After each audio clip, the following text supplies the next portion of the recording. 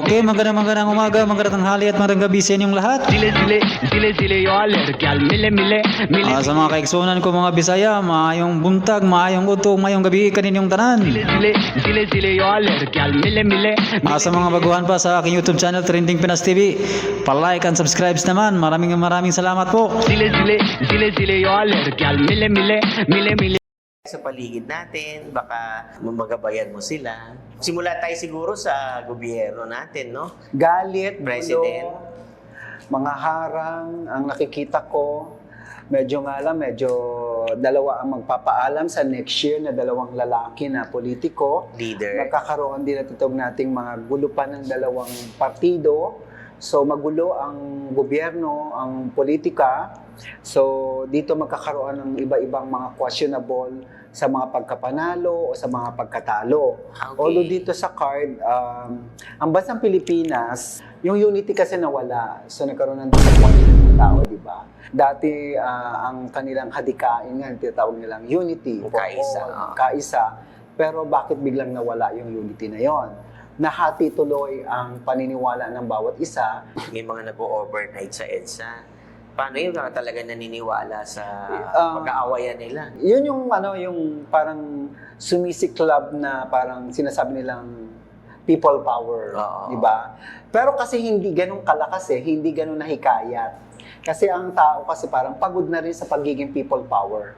No? Pero dahil nga may gulo, sana malampasan ito ng ating presidente, no, yung nakikita kong gulo. Kasi kung papansinin mo noon, bago maupo ang presidente, nag-ulit kami ng interview ni Ms. Aiko Melendez. Sinabi ko, magiging dahilan ng pagkabagsak ng ating administrasyon ay kagagawa ng isang babae. Pero hindi tayo sigurado kung sino yung babae. Which is, nangyayari ngayong gulo, pero hindi pa natin nakikita kung siya yung mapapalitan. Kasi ang dasal ko naman, matapos sana. Sana matapos, ano? Ngayon, kung hindi niya matapos, well, yun yung sinasabi ko na maaring magkaroon siya ng problema at maaari siyang maalis sa posisyon. So you're saying, pero dasal ko pa rin, naway matuloy niya pa rin ang 6. matapos niya. Matapos. So you're saying, talagang matutuloy yung people power na call ng mga supporters. May init, lalo by next year, medyo baka doon mas lumakas or magkaroon ng pag-aklas. So ngayon parang dahil Pasko, dahil medyo kumakalma pa ang tao, ang mga tao ngayon nagiging observant. Paulit-ulit na lang sinasabi yan, maging wise voter. Pero hindi nangyayari Di ba? Bakit kaya? Paulit-ulit na sinasabi na kilalanin yung binoboto nyo, ganito, ganyan. Pero ilang taon na yan paulit-ulit na ina-apply sa telebisyon, sa social media, na piliin ninyo ang taong binoboto ninyo. So, minsan ang pagkakamali rin, palagay ko nasa tao. Oo. Kasi nasanay na rin lang naman tayo yung mga pangako. So, ano ba tawag doon? Sinasabi nila na budol. Na uso yung kantang Naloko daw, na budol. Oo. Yung unity, hindi ko pa makita sa ngayon. Pero sabi mo, pwede magkasundo ulit. Siyempre, later, sa bandang huli, maaayos naman nila. Pero may mga cases na mangyayari, may mga tapunan sila ng mga kaso. May nag-file sa Supreme Court ng disqualification ni VP Sara. Matatanggal ba siya sa pagka-abogado? Ganun na rin si Papa niya. Ibatayan ba ang kanilang reklamo? Ang nag-file si Atty. Larry Gatton, yung nawala din na disqualified din sa Supreme Court. Hindi pa ako sigurado dito. Parang mahaba pang proseso ang nararamdaman ko.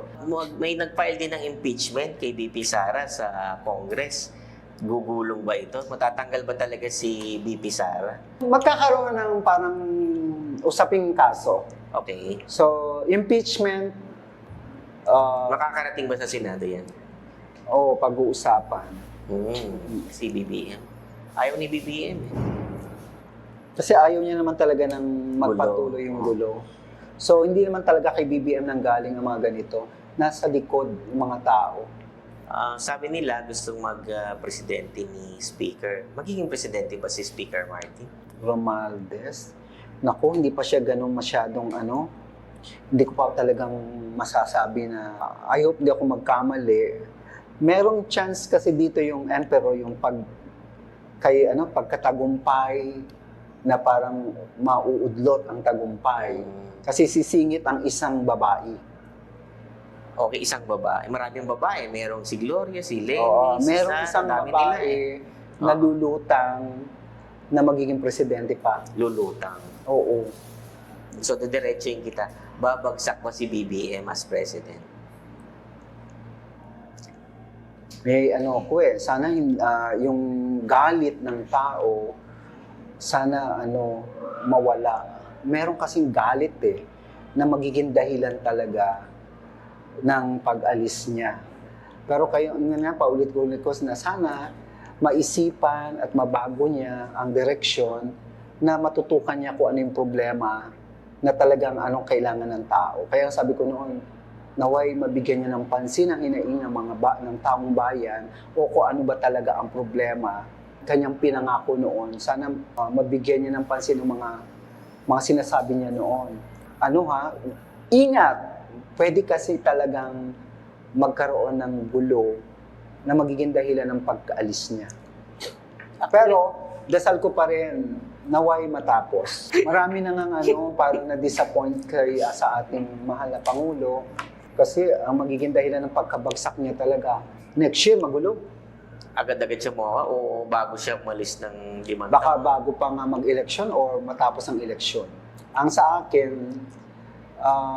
sana matapos, pero yun yung warning. Ayun ang sinasabi ko, warning, na pwede siyang matanggal, mapalitan, o magbago ang Pakita mo kaya sa camera yung tower na bumabagsak. Ito Uli. yung tower, ang ibig sabihin kasi nito, pagkabagsak. So yan yung lumabas sa card nung tinanong Oo, natin. nung tinanong nyo kay BBM, ingatan niya ito kasi ito ang ibig sabihin, babagsak ang kanyang. Dasal ko pa rin, naway matapos. Marami na nga parang na-disappoint sa ating mahal na Pangulo kasi ang magiging dahilan ng pagkabagsak niya talaga, next year magulo. Agad-agad siya mawawa o bago siya umalis ng 5 Baka taon? bago pa nga mag-eleksyon or matapos ang eleksyon. Ang sa akin, sana matapos, pero yun yung warning. Ayun ang sinasabi ko, warning, na pwede siyang matanggal, mapalitan, o magbago ang Pakita mo kaya sa camera yung tower na bumabagsak. Ito Uli. yung tower, ang ibig sabihin kasi nito, pagkabagsak. So yan yung lumabas sa card nung tinanong Oo, natin. nung tinanong nyo kay BBM, ingatan niya ito kasi ito ang ibig sabihin, babagsak ang kanyang Pero hula lang naman to, di ba? hula lang naman. Judgment, yan yung tinatawag nating mga pag-iisipan ng mga tao kung tutuloy pa ba siya sa kanyang pagiging presidente o hindi. Pagbibigyan pa O siya. pagbibigyan pa ba siya. So naghihintay ang tao ng mga parang pagbabago, ano ang gagawin mo ngayon? Sabihin ganito, problema ngayon, bakit sobrang tahimik ka? So you're saying may posibilidad bago mag-eleksyon baka tumagilid ang sitwasyon ng Pangulo sa pagkapangulo? Pwede. Kasi nga sabi ko magulo ang eleksyon. Maaring ka. Well, ang dasal ko talaga, gusto ko matapos niya yun term kasi ibinalik ng tao ang tiwala kay BBM. Binalik ang Marcos. Oo. 'Di ba?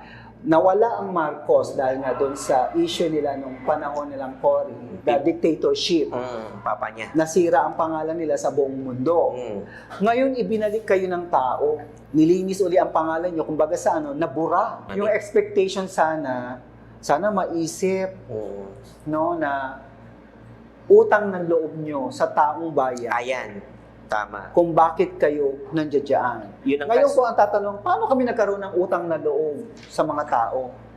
Do you Kasi think minsan- hindi nila iniisip yun? Baka pa, hindi nila- Dapat isipin nila yon kasi yan yung sinasabi ko na yung utang na loob na yon na ibinigay ng tao, yung utang na loob nila sa tao, sa atin, di ba? Nagtiwala ang mga tao na ibinalik ang Marcos, kaya nga nabuhay uli ang pangalang Marcos. O 4 na taon pa, sana, ito nga, yun yung sinasabi ko, naway, hindi ko sinasabing bigyan pa natin ng pagkakataon, magulo na ho talaga ang gobyerno natin na wala na ngayong unity.